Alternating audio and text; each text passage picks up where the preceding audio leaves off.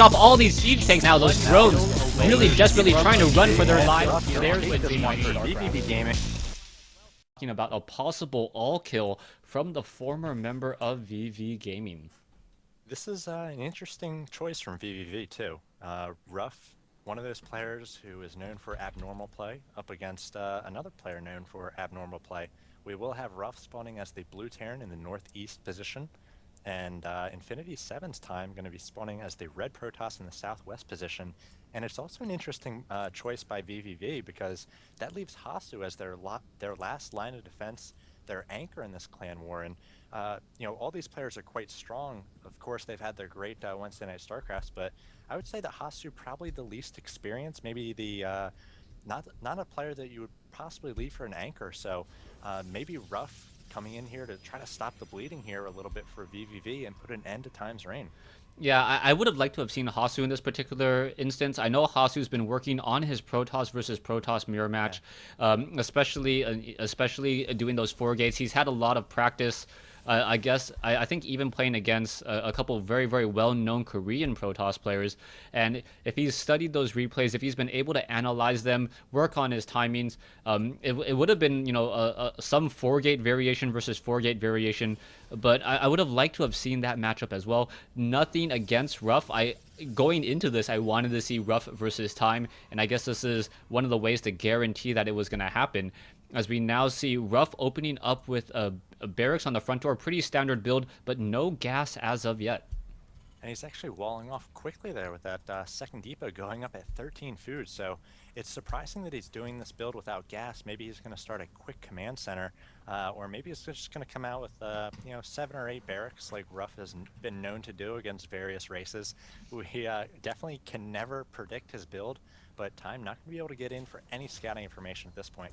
Oh, a supply depot coming up just in the nick of time there, denying the probe any serious scouting. We are upgrading to an orbital command, and we'll see what exactly RuFF's going to be going for with this one SCV. SCV, I guess, deciding to build another barrack, so it is going to be a multi-barracks build here.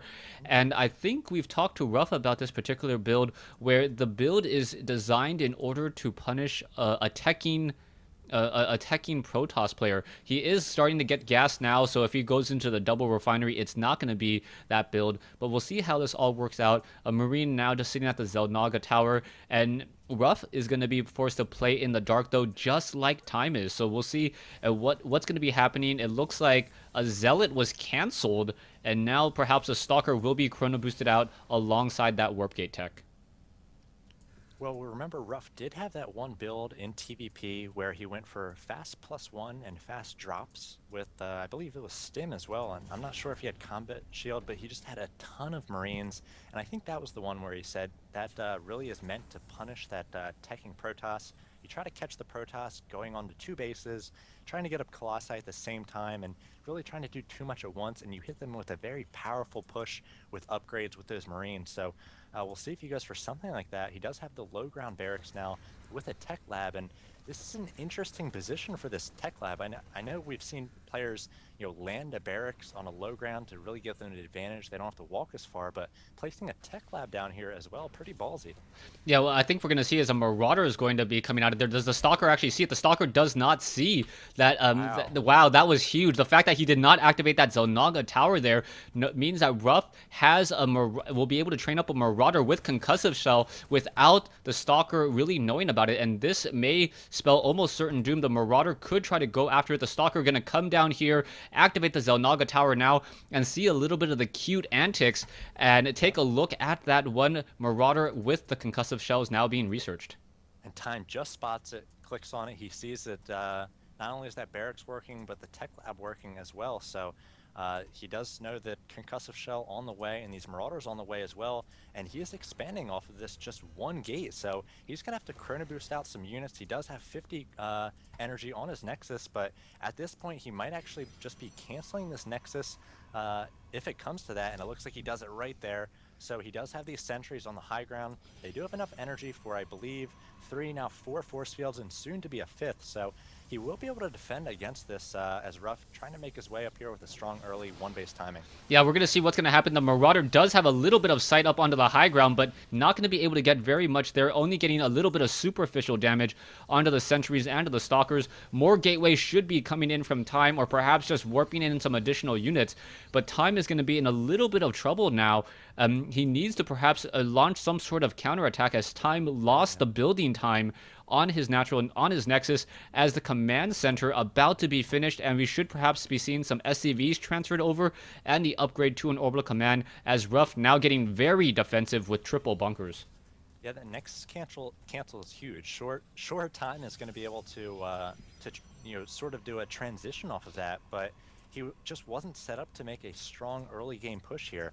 Typically if a Protoss player wants to do a one-base push, it might come with that Robo and some Immortals and 3 warp gates, but Time only had 1 warp gate up there when he had that Nexus down there. So it really threw off his timing, and he's just not going to have the glut of units which you would need to put pressure on a Terran player. So RuFF going to get a free expansion here, and he does have these 3 bunkers all full as well. He's got stim about 3/4 of the way done, so he's in a great position, and it looks like Time almost going to be forced to go for a one-base Colossus push as he's coming out with his first Immortal and the Robotics Bay finishing up now.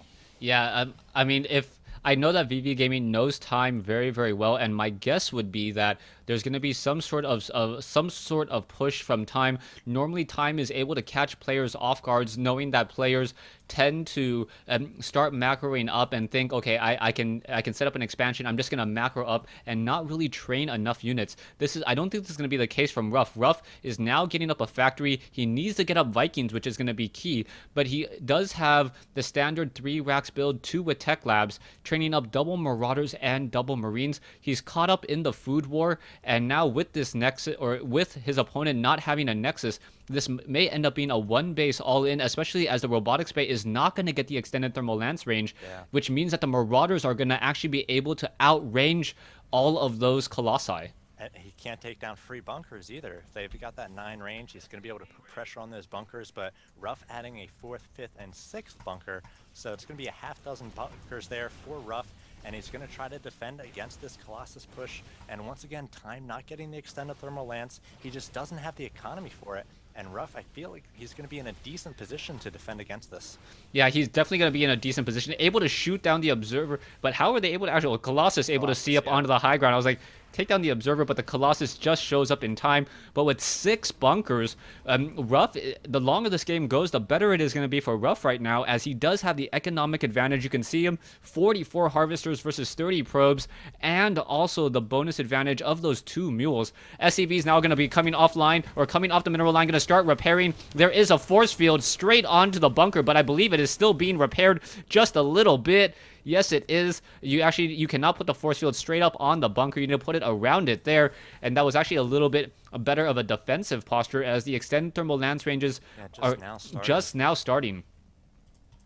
Yeah, so just starting that range, so he's not going to be able to engage all these bunkers now that he finally sees them for quite a while, and it looks like Time going to be going for the backdoor attack here. But I think that RuFF's going to see this right away, just finally getting up a sensor tower, so nice timing there.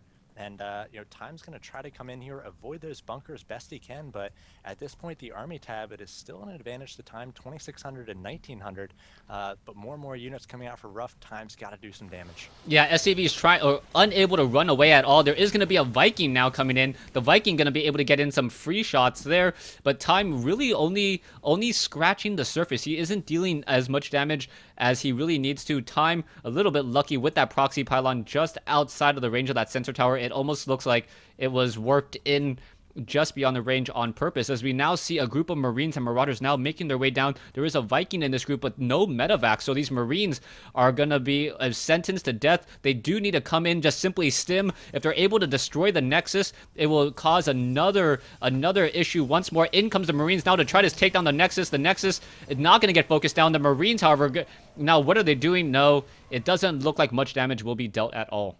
Marines are dying. That's what they're doing. Without medevacs and stimming a little bit into the red and the yellow here, these Colossus are coming for revenge, and they're going to take down a lot of the army of RuFF. So I think this is actually going to even things up a little bit for Time. He's going to get on this fourth or this second base.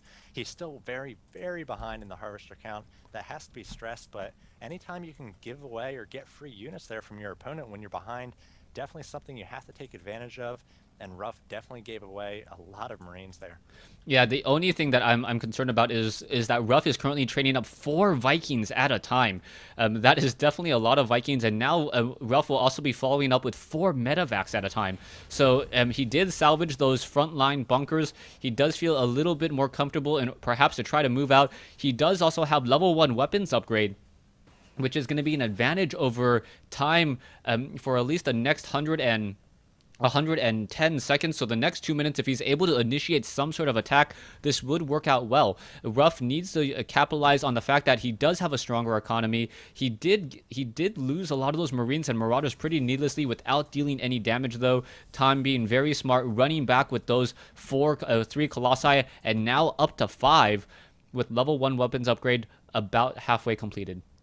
When Time pushed out with those early Colossus and he didn't have the extended thermal lance, RuFF only had 3 racks, so he didn't have a lot of production. But now we see he has added a number of racks. He's got 6 up in his main. He's got double starports with reactors.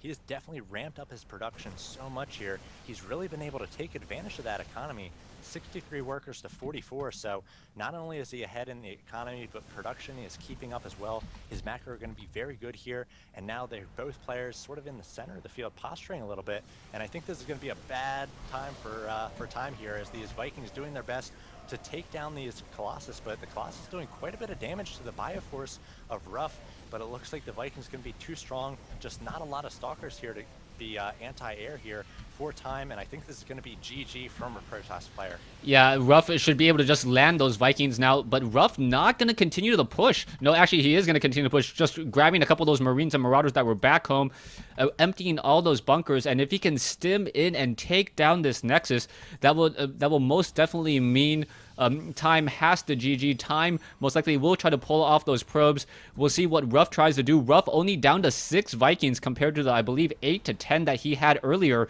but there are still no Stalkers on the ground with only 1 Colossus in the air. The Colossi is gonna, or 1 Colossus is gonna fall rather quickly. A Mortal coming down the ramp as well, but I believe this Nexus can get sniped down very easily. Vikings, for some reason, not going into ground mode, but Time does say GG, and RuFF able to take the game. There's a Mortal down there. Those Vikings can't go into ground mode. They're armored. They're staying in the air. They're going to watch that last battle there. So I assume that they knew that things were going in their favor anyway. And, a 2-0 series doesn't look good for vVv Gaming, but a 2-1 series doesn't look half bad. I mean, you've got RuFF coming off a very strong win here. It was not only a smart decision by him to go for that build order, but I think he followed it up well into the mid and the late game there, keeping up with his macro.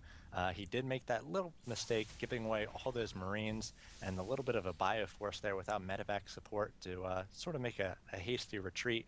But I like his play there, and he was able to take down Time and make this one 2-1.